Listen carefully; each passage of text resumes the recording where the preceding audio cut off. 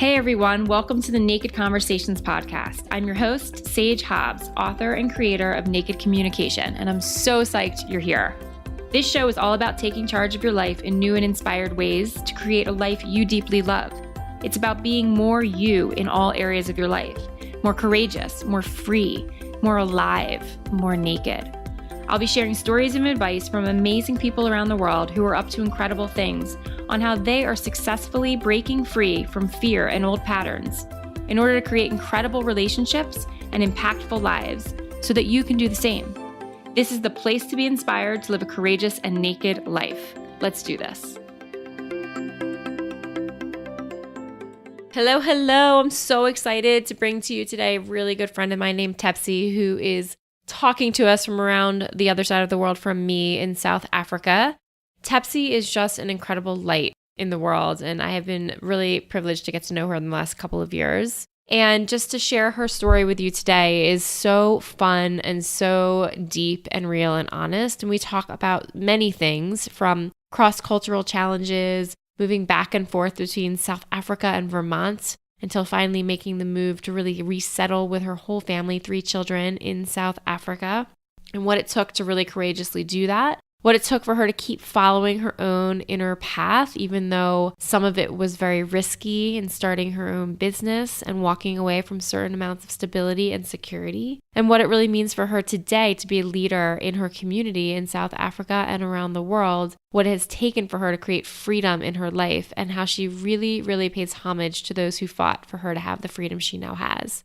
Tepsii is really an unlikely entrepreneur. She started her multiple 6-figure coaching, mindset, and copywriting business with an infant on the boob, a poopy 2-year-old underfoot, and a 9-year-old doing homework at the kitchen table. She's been featured in many amazing magazines, including Oprah, which I love so much. And she's really now worked with hundreds of clients to help them establish premium brands and execute 5- and 6-figure program and product launches. But whether or not you are an entrepreneur or not, it does not matter, because first and foremost, Tepsii is a woman and a mother and a wife and a creator and a very, very inspiring and beautiful person. So I'm super psyched for you to hear how she is peeling back courage and stepping into her greatest, most real and naked self. Let's do this. Hey everyone, I am super stoked you're here. I'm with my dear friend and the incredible inspiration, Tepsii. And she's going to share with us today so much about her journey and what has her be such a total rock star in the world, and share with you some of the ways that she's conquered courage and laid out a path for herself on her own terms that's really allowed her to thrive. So Tepsii, so glad you're here. Thank you so much for having me. This is something I've been looking forward to. I'm ready to strip down and get totally naked with you and the audience. So let's go. Yahoo! And one fun fact here is that Tepsii's all the way around the world from me right now in South Africa. So, and if she is naked, I really don't know. She might actually be. So we come to you with an international fun fest. Get ready to laugh and to learn at the same time with me and Tepsii. Okay, so the first question I really love to ask everyone is, what does courage mean to you? For me, courage means speaking my truth, even when it's painful or scary or isn't going to please everybody who's involved. It's really important for me to, be authentic and hold on to my truth, because I am from a country where speaking your truth was not so long ago outlawed for people who look like me, and that is people with melanin in their skin, dark brown chocolate skin. So now that I have the chance, and people have literally fought and died for my freedom of expression and my freedom of movement and my freedom to choose whatever career I want to work in, I am like, damn it, I better tell my truth and be courageous. So that is my really, woven all over the place kind of definition of courage. I love that so much. And we're going to get more into the ways in which you've sort of danced in multiple cultures and really found your voice more and more, I feel like, in the time I've known you even. But I want to just ask a little question about that for people who are listening who may not use the word truth in that way. I notice sometimes people are like, well, how do I know what my truth is? Or, is it just what's true for me? Can you just speak to that a little bit about what you mean by, making sure you speak your truth? Yeah. So, I was raised in a very, Christian household, which is good. I love how and where I was raised, but there's certain things that, you do, and there's certain things that you don't do. And there are, there was always, when I was growing up, people would say to me, what are the neighbors going to think? My parents, my aunts, my uncles, my grandparents, or, what is so-and-so going to think? What are people at church going to think? And so you end up never making your own decisions, and you filter your thoughts based on your upbringing and your community of origin or your family of origin. So for me, it's been an exploration of doing this thing where I have a thought process and I have to check in with myself and say, is that actually feel good and right to me? Is that the truth for me? And that doesn't mean whether or not it's the truth for someone else. Is that wrong? No, it's not wrong, but it's, just not for me. There are certain things that I was taught growing up that I no longer ascribe to now. And it's been really scary for me to actually speak about that and share, whether it's with my friends or my family, what my actual thoughts, my opinions, and my feelings are. And so stepping into that sense of self and that sense of this is my thought, my true original opinion versus this is what I was taught and what I was led to believe is right. Walking that tightrope has been really hard, but I think it's really worth it to get closer to myself, because the closer I am to myself, the more at peace I feel, right? Because I'm not hiding anything about who I am and how I show up. Yeah, I love that so much. And something I really love in that is that you're discerning out for yourself, what is your actual experience versus what is the conditioning of your background.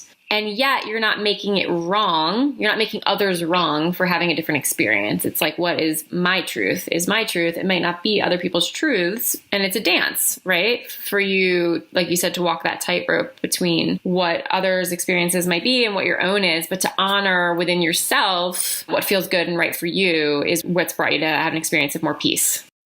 It's awesome. Yeah. And that's the whole point, right? If I'm not feeling at peace, then there's no point to waking up in the morning. So I like waking up in the morning. So let me do it with peace. Right.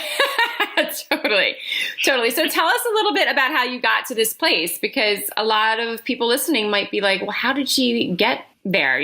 How is she in a place where she can really speak up so truthfully and confidently and how she feels and expresses herself? How did you come to be where you are? I was taken from South Africa and brought to the U.S. when I was 6. And that experience meant that I was forever an outsider looking in. Even when I started to fit in and made some friends after a while, the very beginning was really, really hard. So that journey of being a little girl and realizing that I was alone, in so many ways, and that I couldn't express myself the same way other kids could. I was fluent in English, but not American English. And so I was kind of on the fringe. So I think it started then when I started to realize, it's okay for me to be who I am. It's okay for me to be different. Everything about me is different, from my name to the way I look. I was in a very homogenous place where mostly everybody else was white and American, and I wasn't. So I think that gave me a lot of, courage to stand up for myself, especially when other kids would call me the N-word or, tell me to go back to Africa or whatever else. I really had to learn that it was okay to be me and that I am beautiful the way I am. And my parents really took time and energy to instill that in me, realizing I was growing up in what sometimes felt like a hostile environment. That's where I think it really started as a little kid. I learned very early on that I needed to speak up for myself and that nobody else was going to do it. And then, growing into my early adulthood, or then I was a teenager, my mom passed away. And that was an opportunity really for me to no longer have that advocate who speaks for you. Your mom speaks for you most of the time. And, I know on behalf of my kids, I'm there. I'm like that mama bear, right? So when I didn't have her to lean on, that was another opportunity for me to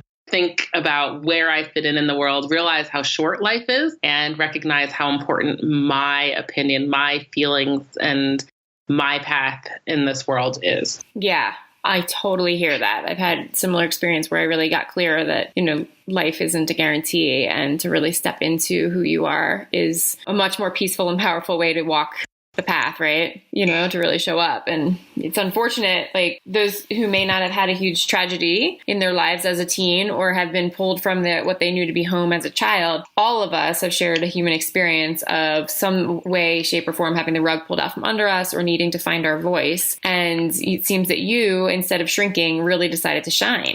Yeah, I mean, I had no choice. I felt like I had no choice. I always imagined my mom like watching and going like, are you kidding me? It's like, if I was trying to be pathetic or like feel sorry for myself or whatever else, like she just would not stand for that. So because I knew, how I was raised and I could just hear my mom's voice in my head going, no. That's why I was able to pick myself up. She really instilled a lot in a really short amount of time. And I really had no choice. I had to keep moving. I love that you say it like that because I actually think we always have a choice. And in most ways, like things happen to us. You couldn't have chosen to lose your mother as a teenager, of course, right? But you did have a choice how you responded. And what I've always loved about you in the short time that I've known you is that fierce spirit of yours that basically was like, no, actually, I'm going to keep moving. Like you did not shrink into yourself. You really shone more brightly and you've made a lot of courageous choices as far as I can tell. So recently, I know that you moved your whole family from the United States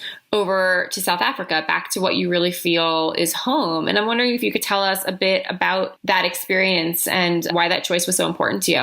Yeah, so I want to start by saying if anybody is listening and they're having life circumstances that feel, hard and they feel stuck and they're like comparing themselves like, how come I can't be like her? She seems to have just like picked it up and gone with it. I do recognize like real pain and, we can't compare my pain to your pain. And also, with grief comes sometimes your psyche and your, chemical makeup in your brain, all these things really change and you're affected. So I was lucky enough not to have that deep depth of depression. So, right, I was able to move on and go on. But I do want to recognize that some people don't, they have a different experience. Yeah, they can't always bounce back or be as resilient. Yeah. I really appreciate you pointing that out. Everybody's path through pain is really very different. And I spent 10 years as a counselor and I saw that often, what would be traumatic for one child would be like a scratched knee for another sometimes, literally, their ability to rebound. And so it's very different for each of us. I appreciate you pointing that out. Thank you. Yeah. So you were saying the move to... Yeah, I mean, it's a big move.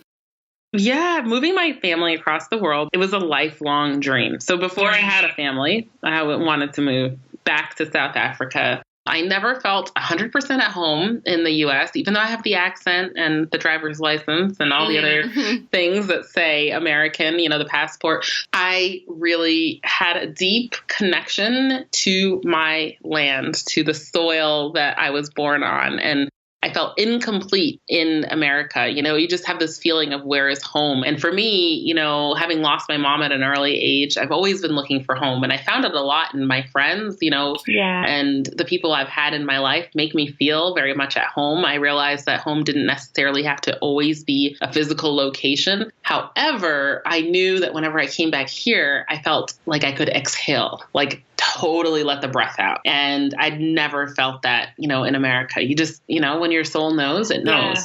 And so I thought to myself, okay, I want to go home so bad. As soon as I finished college, I had an interesting college experience. It was split in half, where first half I left college and went and got married at 21 or 20. And had a baby and did all these things and then realized I was in the wrong relationship with the wrong person for me. And it was an abusive situation. I had to get out. And so I ended up leaving with the clothes on my back and the baby, who was 10 months old. Huge courage. It did take courage because at that point I was so broken down. I was physically and mentally abused, right? So I felt worthless. But what I did know was worthwhile was my child. I believe in God, and God had given me this gift of this person to steward and to take care of and to guide. And this was not for nothing. So if I didn't value my own life that much because of what had really feeling so beaten down, I valued hers tremendously, so much so that I realized I needed to value my own life. And so that kind of gave me the courage to walk away with nothing. I had 2 college experiences, the first half before all of that happened, and then the second half after it happened. Because once I left my ex, I realized I really needed to finish my degree if I was going to create the career I wanted and the experiences I wanted for my daughter. Although I had good corporate job, I wanted something more. So I went back to school, and in my second college experience, I found things to be totally different from the first time because now I had purpose and now I had something, to live for beyond myself. Now I couldn't sleep in and not care about like whatever's going on at school today. I had to get there because I wasn't doing it for just myself. I was doing it for us. And I don't know why I started telling you all of this anymore.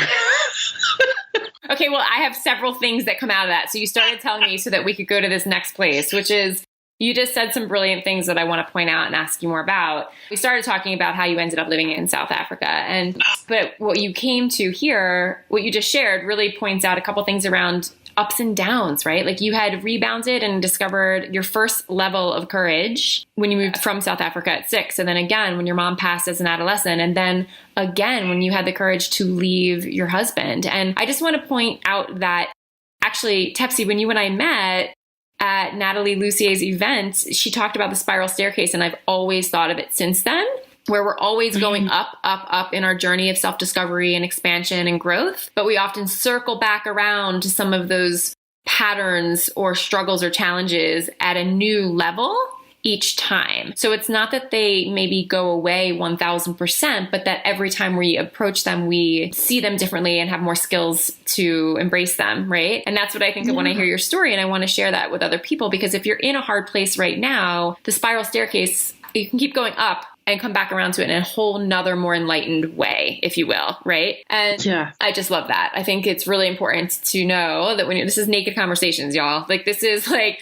people's lives are messy and brilliant at the same time. It can be both. It's a paradox. It's a dichotomy. Tepsii has been through some really challenging things, and she's experienced exponential, explosive growth and love afterwards and because of some of those things. So did that trigger any of your ideas as why you wanted to tell me that part? Yeah. So moving home, the whole point of moving home was because I had been searching for that feeling of home since forever. And one way I thought I could find it was in that relationship, and having this child and being with him and thinking I had found home. And I'd actually moved home to South Africa to do all of that in 2005. And then when it didn't all work out and I realized no, home is not in a person. It can't be in another person. I really need to find it inside myself. And I did a lot of inner work after that. And I went back to the University of Vermont where I studied and graduated from. And that second time around, I met my now husband, Sean, who's awesome. And we were able to create this new existence together, merging our families. And then when I met him, one of the first things I said was, I'm graduating. I was graduating within 3 or 4 months of me and him getting together. And my goal is to pack my bags and go to graduation and get on a flight right after and be gone and never look back. He's like, great timing. Right. He was kind of like, well, that's a good idea. And he had all these other things that he wanted to do, which one of them was law school in Washington, D.C. And so the best laid plan that I had, and I'd been fantasizing about being see ya suckers and throwing my robe off and throwing my cap in the air and being all dramatic. And running back to South Africa as fast as possible. Running back to South Africa, and it didn't happen. And instead we moved to DC and lived our whole life there for 5 years. And the entire time I still didn't feel at home. And my husband could see it in my face. You love someone, you can see things in their face. Yeah. And he knew I would never be happy there. And he also knew that he could be happy here because he'd been, to visit many times. And that's the reason we ended up coming back here. And he calls us home himself. He really loves it here. He loves my family that we live very close to here. And my dad lives with us, and my aunt and uncle live just down the street. And it's a very different existence than being isolated in Washington, D.C. and not having any family around and being all alone. Now I truly feel at home. And that was the reason why I could feel courageous enough to make that big move was I knew that what we were coming back to was something that was going to hold us up and uplift us and allow us to go after our dreams, because I have the support here to do things like a podcast interview at 6 p.m. my time, because my aunt and uncle are keeping the little ones and my oldest one is in the room next door doing her homework. So, tons of support. People ask me, how do you do it? I do not do this on my own. I have a lot of helping hands to be able to grow a business and support my clients and do all these things and take care of myself. I've got a lot of people around. So that's what gave me the courage. The whole question was how I got the courage to move. Yeah, I love it. I love it so much. And I know people have fantasies about making big changes in their lives. And I think it's so important to actually hear from people who are doing it, who have figured out how to make shifts and take risks, and find it was so scary. It was so scary. Like, can I tell you how I did it though? Yeah. Please. I've been telling Sean for years and years, like, I want to move. And then I knew that I couldn't find a job. Nobody would hire me. I was like unemployable. I don't know why. Nobody in South Africa would give me a job interview. So South Africa, I was going to say, I feel like you've always been employed, but yeah, in South Africa, it was challenging. Okay. Yeah, South Africa was challenging and I couldn't find a job here. Although it was like the economy, the downturn of the South African economy happened like 3 or 4 years later. There was a 2008 huge slump with the banks and everything in the US. Yeah. And it didn't really affect much here in South Africa. They kept going. And then it hit them some years later. And so that's when I was trying to find the job. And so because I couldn't find a job, I realized I had to create an opportunity for myself. And my husband said to me, honey, imagine if we could find a job working in South Africa, earning in dollars, because we really need to still pay off our, American bills. Yeah. And so I was like, imagine. The dream. And then I began. You allowed dreaming. Mm-hmm. Yes. And then when my business started and I was able to like work with clients, I realized that I could create a living, an income, live off of this and grow. That's what made me go all in and throw away all the fear, like not throw it away, but like put it to the side and say like, hey, fear, I'm not listening to you anymore. I'm not ruled by you anymore. I have this dream. I have this idea that I'm going to make happen. And so that's why I put myself out there everywhere, because that really fueled me. Okay, so I'm going to ask about how you put yourself out there in a minute, because I think it's something you do really well. But before that, we cannot skip over this little piece you just mentioned, which is you put your fear aside and you kept taking action anyway. And I really feel like there's huge conversations around fear and courage and being fearless and is it even possible? And I basically fall in the camp of, as somebody myself who has dealt with fear and anxiety internally, though I've looked fearless and successful to the outside world, I feel like I have fear and I move through it and I take action anyway, right? But I know a lot of people are like, how? How do you do that? So I would love to know, from your experience, when you got to that place where you're like, I really want to create this dream. I'm scared, but I'm doing it anyway. Tell me how you handled that. Number one, I looked for people who looked like me in some way or another. So moms, people with significant others who were doing what I was doing. Because I feel like when you have a model for what you want to achieve, it looks so much more doable than when it's just an idea in your head. So I sought out being in community with those people, whether it was mentors, friends, whatever, who had my circumstances. Because once I see someone with my circumstances, the excuses that feel so good to me, like they're so valid and so relevant, go out the window. Because she's a mom and she's doing it. She's married. She's doing it. She's, working in the same kind of industry or field that you're in, and she's doing it. So hold on a second. Like, what do those people have that you don't? And in most cases, it was nothing. And in some cases, it was like, I actually have more resources or more funds or more whatever, more charisma even than they do. So why am I standing back and holding myself back? These people are out there helping people. They're out there making a difference. They're out there changing their own lives and circumstances. And that's what I'm so passionate about doing myself. So I need to really take some inspiration from them. So that's kind of my excuses went out the window when I realized that people who were like me were going after their dreams and putting themselves out there in terms of growing a business, being visible, doing video, doing webinars, things like that. And the second thing that I did, because even though they were doing it, it was still really, really, really scary. So I said to myself, each day, I'm just going to do one thing that scares the pants off of me. I don't have to do everything. I don't have to do a whole launch. I don't have to write a whole book in one day. I don't have to do anything to completion. I just have to do one scary thing. And so I did one scary thing at a time. So my first scary thing that I remember doing where my voice was shaking was a YouTube video sharing my expertise. And I look at that video and I cringe now, but I'm still really proud that I did it because that was like a stepping stone. It was the first one. And that's what makes something real. When you do it that first time and you're like, and now it's went from idea to actuality. That's what gets the momentum going. Right. And I had to tell myself perfectionism has no place here because I'm used to being graded. You're used to working in a certain environment, going to school, you're used to being graded. And that scary idea of somebody marking you with an X, like a red X, I had to throw that out the window and remember there's no teachers waiting to grade me here. The only person I need to compare myself against is my former self, myself yesterday. I love and that so if I much. can feel like I'm doing better than I did yesterday, then that feels wonderful to me. So I did my first YouTube video and then live streaming became popular right after that. And I said, okay, I'm going to do my first live stream. Other people like me are doing it. It's really scary to imagine being broadcast live across the world, but I'm just going to do it. And the way I did it was seek out support. So a bunch of other people who'd never done it, we all did it on the same day. We all agreed to watch each other and support each other. It was like 15 of us. And we did our, live streams and I showed up and I was scared out of my mind. And I'm saying so. I'm like, hi, my name is Tepsii. I'm really scared, but I'm here. Let me tell you about myself. I'm scared. And I just kept saying I was scared over and over. And it was okay. It was fine. And in between me saying I was scared, I shared my, what I do and what my expertise is and how people can, connect with me.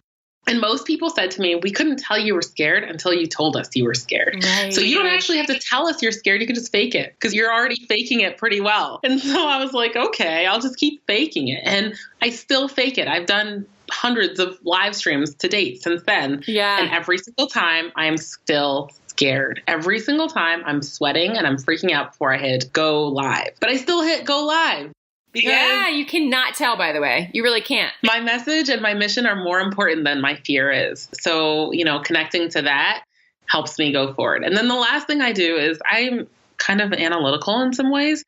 I'm quite a messy analytical person, but I'm analytical. So I will write down my fears. Let's really get you out here because you like to hide in a closet. I think fear is like a coward. And as soon as you shine the light on it, it loses its cape. It loses its steam. It's no longer Superman. It's now hiding under a rug. And so let's name and shame our fears. And so I just write them out. And then why am I scared of this thing? So I remember being so scared of doing a webinar, even though I had been doing live video for a year. By the time I did my first webinar, I was so scared. Yeah. And so I wrote down why I was scared. I was scared because I was afraid the tech might fail. I was afraid nobody would show up. I was afraid I wouldn't know what to talk about or what to teach. I was afraid I wouldn't be able to captivate people and keep their attention. I was afraid at the end I wouldn't make any sales. Okay, so there's 5 fears. Now, what can I do why am I so scared of this? What can I do about this? So I realized I was scared of the tech because I didn't know how to do it all, but I didn't have to learn. I realized my husband is really good with tech and he's willing to learn.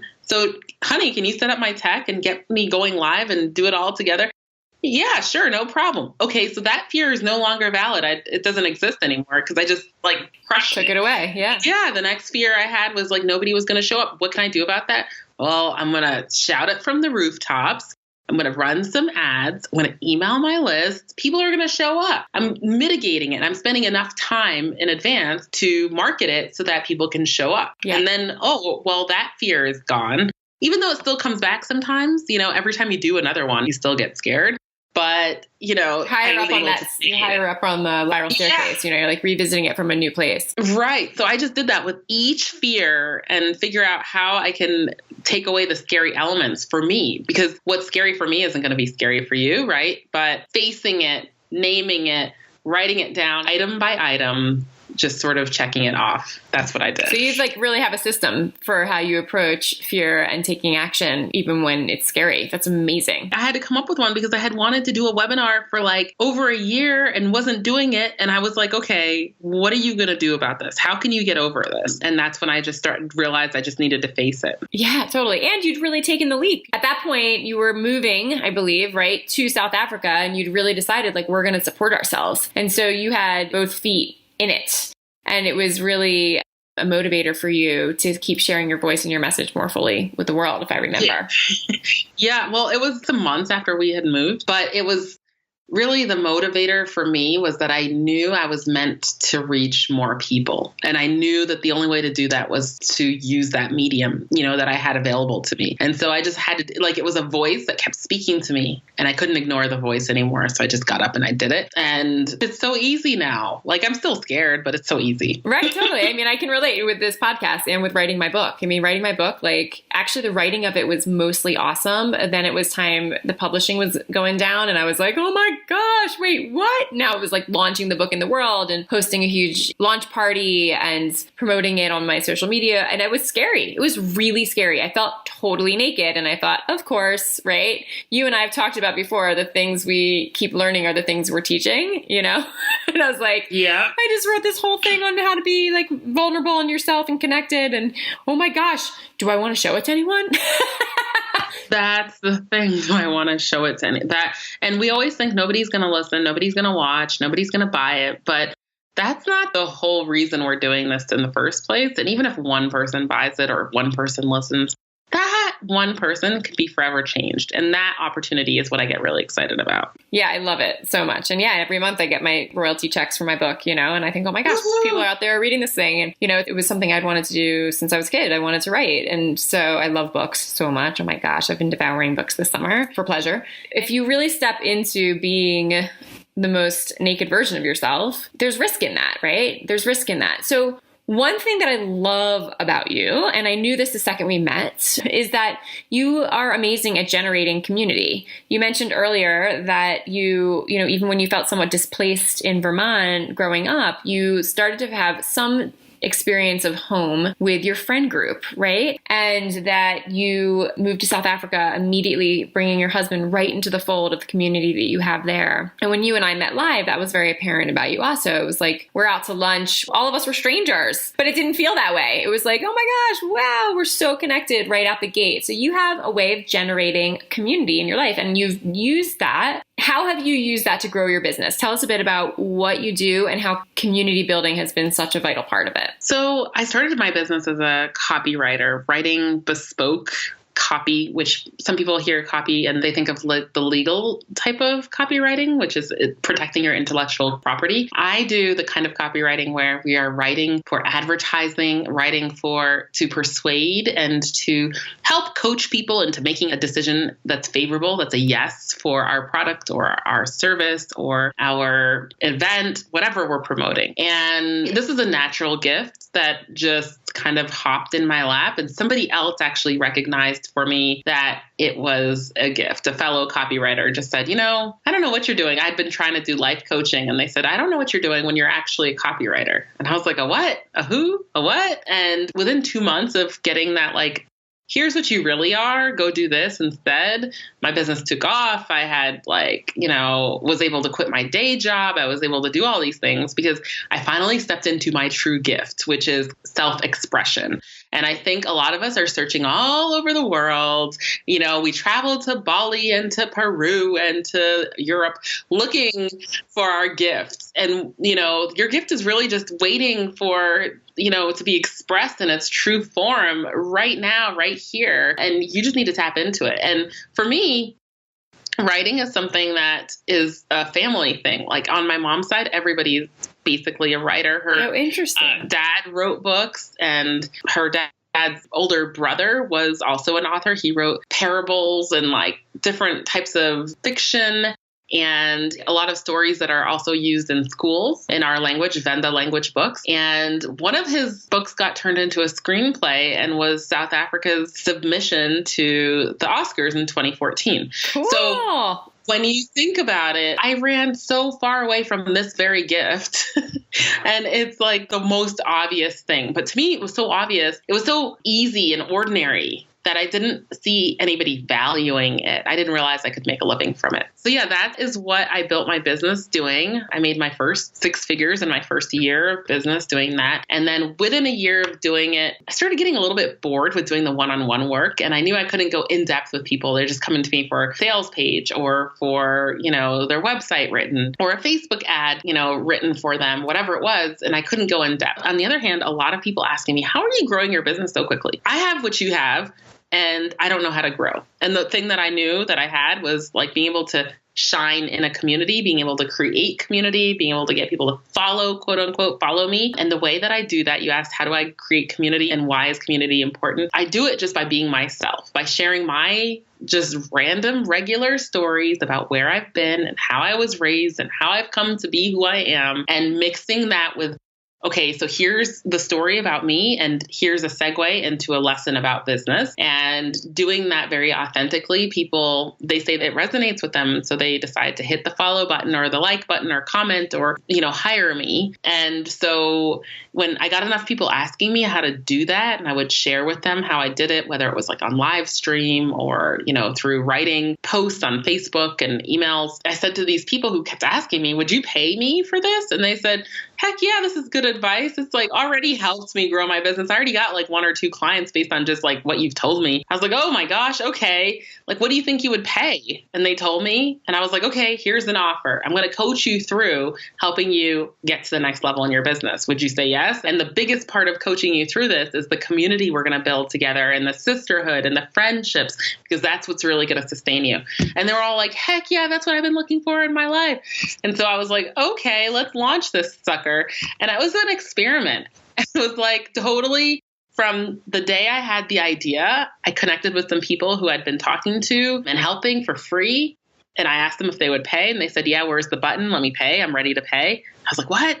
And all the way until I launched and I did my first webinar to sell it, it was 7 days. It was just like one of those inspired ideas. I just did it. And that went on. And 21 days later, I'd had a $40,000 launch almost. It was 37,000 something and change. Okay. So let me interrupt you for 1 second here. For those who are listening, because some people aren't in the business world and they might be like, what's a launch? And I want to speak to that a little bit. Or some people are in the business world and they're going, oh gosh, like she's one of those beautiful unicorns who catapults herself into 6 figures really quickly. And I just want to speak to launch is when you offer something new to the world, you have something to sell, and you do it like with a bang. It's kind of like a big, when the new line of Banana Republic clothes comes on the market or whatever, right? They share it everywhere. That's what a launch is. Or a movie, right? Better, even better. When you see a billion previews preceding the launch, preceding the release of the movie, right? And then also, like, I know, Tepsii, for you, it happened really fast, but you hustled really a lot, to build this. You had a lot of desire. Tell us more about that, right? Like the back scenes of what it took to really generate such a huge amount of success right out the gate. So let's be really honest. It took 12 years. Thank you. Naked conversation. So anybody who's listening and doing comparison can at least also know there was some other stuff going on. It took 12 years to believe in myself. Remember, like I kept saying, I can't do this. I am a mom. I can't do this. I'm Black. I can't do this. I'm not my ideal weight. I can't do this. Like I had a million reasons. I didn't even want to do a photo shoot for some of these reasons, right? For the weight reason, because I hadn't lost the baby weight. I still haven't. And so it was a case of, for those 12 years, my one desire was to have like freedom from the day job, because I'm not a good subordinate. I've never been a good employee. I'm a good leader. And I always felt I should be in charge of this place. I should be running this. Are you kidding me? Are you really like serious? We're doing this right now? No. And so my insubordinate personality for those 12 years led me to keep trying different things. I tried multi-level marketing. That's where you try to sell, like makeup or jewelry or whatever to your friends through like this whole scheme of people selling under you. I had nobody under me and no sales.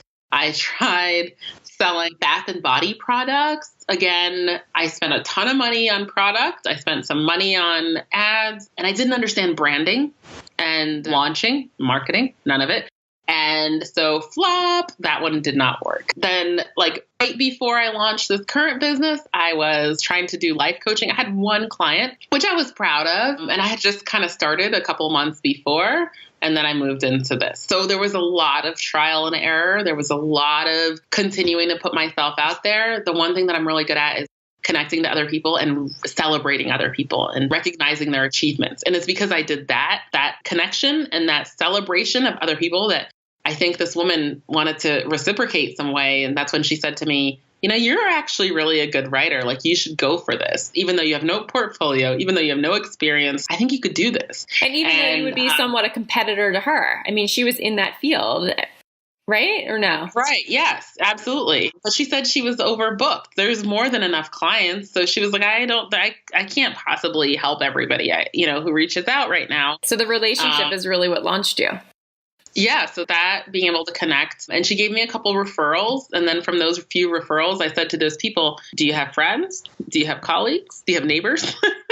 If so, send them my way. And I wasn't afraid to ask for that referral. The other thing I asked them, first couple clients, if you enjoyed our session today, do you mind going into the, some of the, where I grew my business was Facebook groups. Do you mind going into some of the Facebook groups and letting people know what you felt about our experience? Of course, you're not obligated to do this. I let them know, but if you want to, I would not mind. And they did. They loved doing that. And so they shouted me out. They gave me recommendations and referrals. And I only had to ask like the first 2 or 3. The other ones, it was kind of like a culture all of a sudden. And all these people just started recommending me. And before I knew it, people I didn't even know were recommending me. So you really created like this community and culture of sharing and celebrating. Yeah. So I was happy to share other people, and they were used to me sharing other people as well. So it was like not out of the ordinary. And I share my clients and their success all the time. I'm really proud of, having been able to work with them. So it's no big deal for me to share their success. I love that so much. So tell me about, your experience of building a business and marrying that with your real desire to be of service in the world. Because I know that is important to you, that you've always wanted to give back and contribute in some way. So how have you managed to, kind of marry those two or partner those two? So one thing that I always do is every time I launch my program, so you don't always have to launch something brand new. Sometimes you can relaunch something that exists and create some excitement around it. I give away scholarships to my programs. Sometimes it's not even publicized. I'll get a letter from somebody who's like in some remote part of the world who tells me they're watching me and they really admire what I'm doing and they want to do what I'm doing, but they don't have the resources and they don't ask me for anything. The people who don't ask for anything are the people I give to the most, because I just feel like someone who's just letting you know and appreciating, like those are the people who are going to actually take action versus I have people who write me letters all the time. Hey, I think you should mentor me. And I'm kind of like, there's nothing in this world that's free. So like, what are you willing to give in the world if you want me to do that for you? And you don't have to give me something, but you got to do something in the world, right? So I really am an advocate of mentoring. I think that if more people were willing to mentor other people and help them grow into the best version of themselves using, their own experience as a teacher, our world could be so much better and richer. My other goals and endeavors. My big desire is for my business to grow, build schools for girls, and to really give back to women who were in the position that I was in when I walked away from that marriage with the clothes on my back and the baby in my arms. And I was really blessed. I'm really blessed to come from the family that I'm from, to have had the educational experiences and to have an imagination like I do. So I could pick myself up from that place, and I had my own apartment within 3 weeks, right? But not everybody has those resources, that family, whatever. And so my goal is to also build some kind of partnerships into that. And that's the end of the year. This goal will be met. At least some partners. Nice. That's amazing. Okay. So 2 things. One is, I don't know if you know about Eve Ensler. She's the one who originated the vagina monologues quite a while ago. I believe she has an organization that you might be interested in for women who've been experienced of sexual or domestic violence. And I think they might even have resource like schools and centers that they build. So just throwing that out there for listeners for whom, might be in a situation where that's of inspiration to you and to you, Tepsii, to check out. And then also, and I can put that in the show notes, you mentioned earlier about taking one scary action a day. And did you read Shonda Rhimes' book, Year of Yes? No, that's what people keep recommending. It is so funny. And you and I love to laugh our asses off. It is funny, and poignant as hell. Like, it's the combination of the both. It's just amazing. So I'm going to tell you that you need to go read that this summer and enjoy it for pleasure and for learning, because it's just fierce. So I can also put that in the show notes. So I love everything you've offered here about community, around conquering fear, resiliency, building your courage through practice, right? Through imperfect action and practice. How can people find you if they want to find you? Okay. So my name, I go by one name. She's like Sharon Madonna. Yes, like Sharon Madonna. And I figure we live in a world where we get to design ourselves, especially as, entrepreneurs and brand owners. It doesn't have to be stuffy, I don't have to have a stuffy brand to come off as a professional. And so that's why I decided to brand myself with just one name. So you can find me on Tepsii.com. So it's spelled Tepsii.com.